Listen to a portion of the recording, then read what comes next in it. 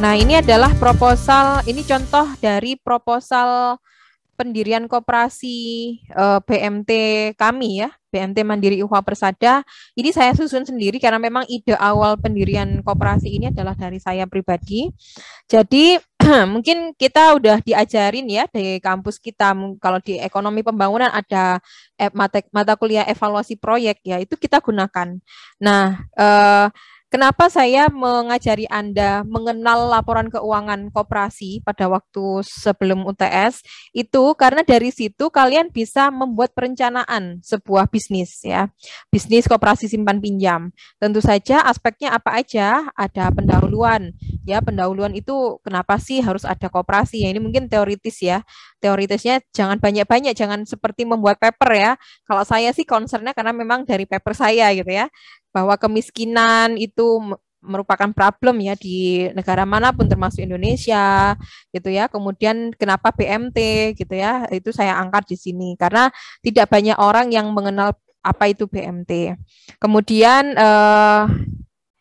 ini, nah sebelum saya menyerahkan proposal ini kepada siapapun, saya approach beberapa orang. Waktu itu adalah Pak Karyadi Mintarum, beliau waktu itu selaku dekan FEB UNER dan sekaligus beliau pengajar ekonomi koperasi, sehingga saya minta bimbingan beliau untuk, Pak saya ingin mendirikan koperasi ini, bagaimanakah? Nah saya minta beliau untuk menjadi pembina.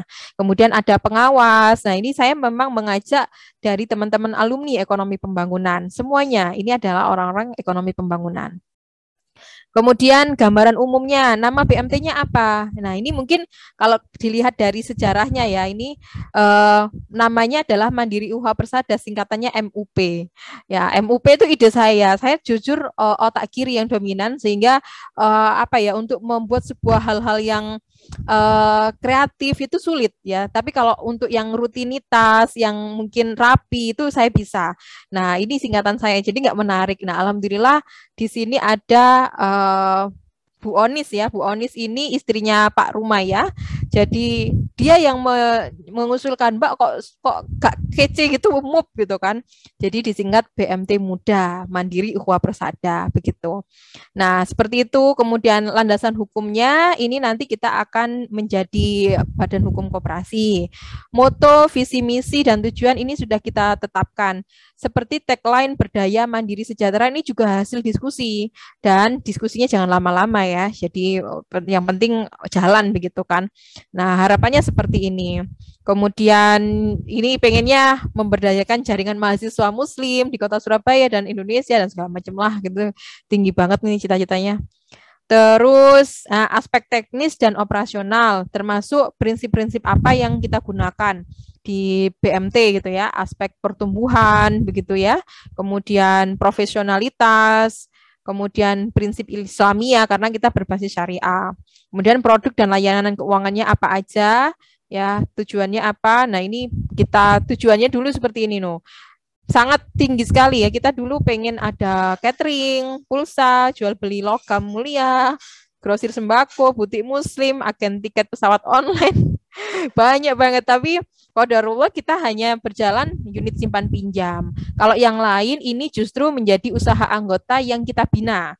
Jadi seperti catering gitu ya, ibu-ibu gang sini gitu kan, yang dulu kita handle sendiri dari BMT, akhirnya kita serahkan ke ibu-ibu. Pulsa sekarang udah nggak zaman ya, udah pakai apa namanya e-walletnya masing-masing. Agen tiket pesawat online juga begitu. Ternyata alhamdulillah dalam perjalanannya ada anggota kami yang di travel agent. Nah kan berarti nggak jauh nih dari planning. Itu ya pentingnya mimpi ya. Itu kalau kita udah jalan 10 tahun, kita lihat mimpi lagi tuh, tulisan kita tuh kayak, oh ya Allah dulu iya ya saya menuliskan ini gitu loh. Nah, kemudian butik muslim. Nah, ini belum tercapai ya karena dulu kenapa butik muslim itu karena saya selama S2 kan jualan baju muslim ya, dan waktu itu saya seneng karena keuntungannya berlipat-lipat. Tapi kalau di Indonesia sekarang kan, yang sekarang ini kalau kita nggak create sendiri, nggak jahit sendiri ya marginnya sedikit, jadi kurang menarik gitu. Kemudian grosir sembako itu juga ternyata anggota kita banyak yang grosir sembako gitu.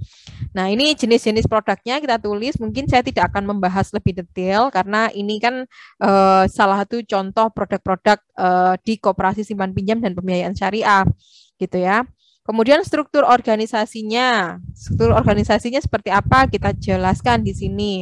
Kemudian pengelolanya nanti seperti apa gitu ya. Kemudian penguatan ruhiyah karena ini berbasis koperasi simpan pinjam gitu ya, berbasis syariah begitu ya, sehingga kita harus berbasis keagamaan juga.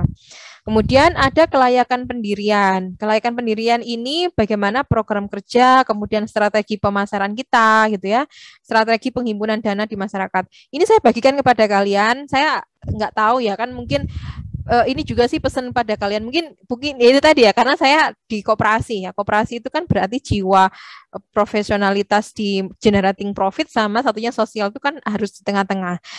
Mungkin buat orang-orang yang kok dibagi-bagikan gratis sih gitu ya. Kalau saya ya sudah dibagikan aja kan, ini bisa jadi amal jariah kita mudah-mudahan gitu kan. Nah mungkin silahkan kalau ini kalian mau replikasi, kalian mau mendirikan koperasi dengan komunitas kalian, mau kalian pakai untuk membantu ibu-ibu di rumah kalian misalnya, atau nanti kalian melakukan pengabdian masyarakat, atau mungkin program Merdeka Belajar yang lain, silahkan. Ini bisa kalian duplikasi, kalian replikasi, mau pakai apapun silahkan. Selama itu bermanfaat untuk tujuan baik, silahkan. Kemudian program kerjanya seperti apa, terus rencana kebijakan. Nah, seperti ini. Kemudian ada proyeksi arus kas. Kemarin ada yang DM ke saya bagaimana cara membuat proyeksi arus kas. Proyeksi arus kas ini ya tergantung dari kita mau bekerja targetnya koperasi itu di sektor apa. Karena ini sektor simpan pinjam, maka saya harus menguasai laporan keuangan dari koperasi simpan pinjam dan pembiayaan syariah. Ya, sehingga kita bisa memproyeksikan dari neracanya apa. Oh, penerimaan dana masyarakatnya berapa. Kemudian proyeksi penyalurannya berapa. Pembelian inventarisnya berapa. Nah, saya orang ekonomi pembangunan, tapi ya qadarullah karena saya memang itu tadi jiwa pembelajar ya. Kita jangan pernah membentengi apa ya, kalau ada orang ngasih tahu kita terus kita ini kan bukan bidang saya, jadi kita ngasih barrier gitu ya. Nggak bisa. Sekarang ini ilmu itu benar-benar kalian dengan merdeka belajar aja, orang ekonomi pembangunan, accounting, apapun, itu udah bisa, mungkin kalian bisa ambil teknik misalnya, bisa ambil kesehatan masyarakat misalnya. Kenapa begitu? Karena kita holistik sekarang, udah nggak zaman lagi mengkotak-kotakkan ilmu seperti zaman dulu gitu ya. Nah, saya alhamdulillahnya waktu itu tiba-tiba disuruh membantu pendirian BPR Syariah. Nah, karena disuruh membantu, otomatis kan saya harus belajar. Akhirnya saya belajar sama orang-orang akuntansi. Yang dulunya saya pengantar akuntansi itu dapat BC ya. Sorry, karena saya memang benar-benar ini apaan sih, mata kuliah apa sih gitu, itu benar-benar nggak suka gitu ya. Nah, akhirnya saya dapat BC, tapi karena ketika menghadapi pendirian sebuah BPR Syariah, akhirnya mau nggak mau terpaksa belajar. Ternyata ketika terpaksa belajar tuh menarik juga ya akuntansi gitu kan. Akhirnya kita pelajari dan dari situlah saya alhamdulillah bisa memahami akuntansi keuangan perbankan. Nah, akhirnya karena saya nggak punya aplikasinya, waktu itu aplikasi memang sangat sulit ya, sehingga saya membuat file Excel sendiri. Kalau kalian mau pakai silahkan, nanti saya share juga. Itu saya bikin bagaimana untuk proyeksi. Jadi dengan basic waktu itu kan kalian mungkin kalau nggak salah sekarang masih ada ya mata kuliah aplikasi komputer, itu diajari bagaimana bikin aplikasi di Excel kan. Nah, basicnya saya pakai Excel saja. Dari situ saya bikin sistem ngeling sana sini, jadilah sebuah Excel untuk proyeksi keuangan sebuah koperasi simpan pinjam dan juga perbankan sih waktu itu, perbankan yang berbasis BPR Syariah. Nah, dari situlah saya bisa membuat angka-angka ini. Nah, gitu ya. Jadi apa yang harus kalian lakukan pertama kali adalah pelajari akuntansi keuangan perbankan kalau memang mau bergerak di sektor simpan pinjam dan keuangan syariah ataupun simpan pinjam.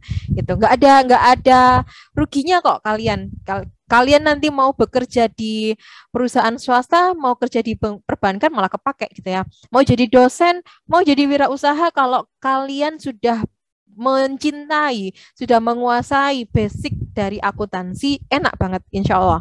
Apalagi buat kalian yang memang benar-benar orangnya tuh data banget gitu ya, maksudnya berbasis data kalau mengambil keputusan gitu ya, itu sangat sangat membantu sekali. Ya, orang ekonomik saya bilang seperti itu. Nah, sampai kita juga menghitung break even point-nya kapan gitu kan. Mungkin kalau kalian di evaluasi proyek belajar juga IRR gitu ya. Semua dihitung silahkan gitu ya, tapi nggak seperfect itu juga nggak apa-apa. Ya, ini menjadi salah satu proposal yang saya ajukan ke anggota.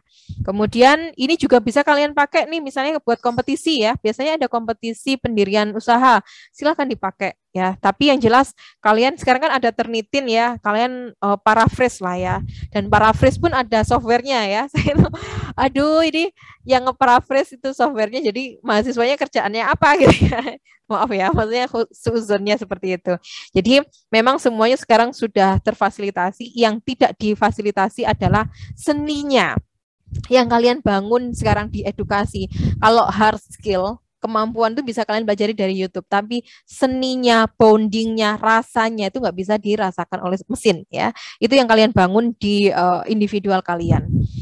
Kemudian ini terkait, nah ini saya waktu itu masih belum terlalu detail ya terkait dengan istilah apa ya perkooperasian, dan saya masih menggunakan istilah saham gitu ya.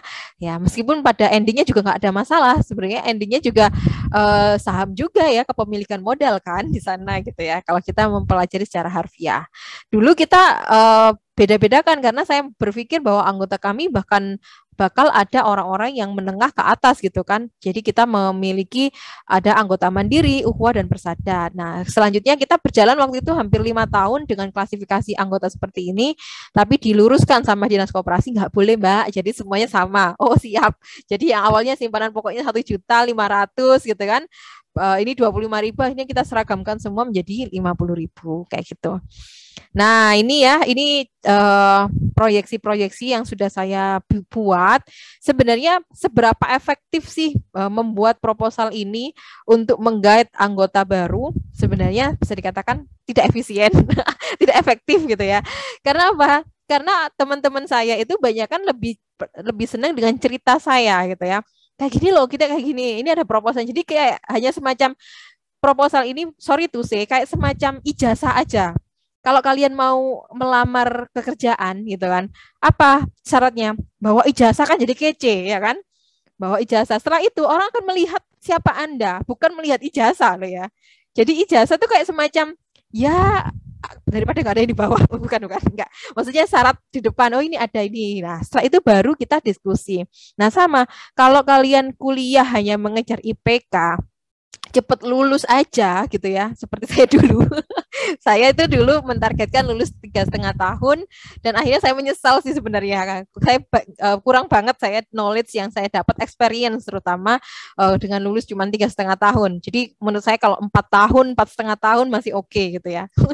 Ini perspektif saya sebagai orang praktisi ya gitu ya. Tapi kalau sebagai dosen, kalian harus cepat-cepat lulus gitu ya, biar kita AII kita bagus nih kampus gitu kan ya. Jadi memang seperti itu kondisinya. Nah ini ya, jadi ini sangat detail. Jadi hanya sebagai oh ini loh Rek gitu ya, kita punya ini. Akhirnya kita cerita. Nah ini saya pakai ketika saya presentasi misalnya tadi di jam sostek gitu ya, kalau mau mendapatkan apa-apa. Tapi kan ini pendirian ya, saya olah lagi untuk apa namanya proyeksinya. Seperti itu. Nah, saya sudah terbiasa membuat proposal seperti ini, bahkan ketika saya mendirikan usaha baju muslim ketika di Malaysia, saya juga bikin proposal seperti itu, tapi nggak tahu filenya di mana. Akun Yahoo waktu itu saya udah nggak tahu di mana, passwordnya apa lupa. Nah dari situ saya bisa presentasi ke teman-teman, proyeksi keuntungan kita sekian loh. Jadi orang itu ketika terukur, orang akan ini percaya gitu kan, oh ya ini rasional sih usaha ini gitu. Akhirnya dia mau invest. Ya dari situ sekali lagi saya bilang bahwa ketika kalian diberikan amanah sedikit dan kalian benar-benar ngejalanin dengan baik, amanah itu akan datang terus kepada Anda. Percaya pada saya. Tapi kalau kalian dengan amanah kecil aja udah nggak amanah, ya jangan berharap amanah besar lain itu akan datang kepada kalian. Itu kalian pegang, yaitu pengalaman saya ya, mungkin yang hidup duluan daripada kalian, itu yang saya rasakan. Jadi mudah-mudahan bermanfaat lah. Seperti itu dari saya.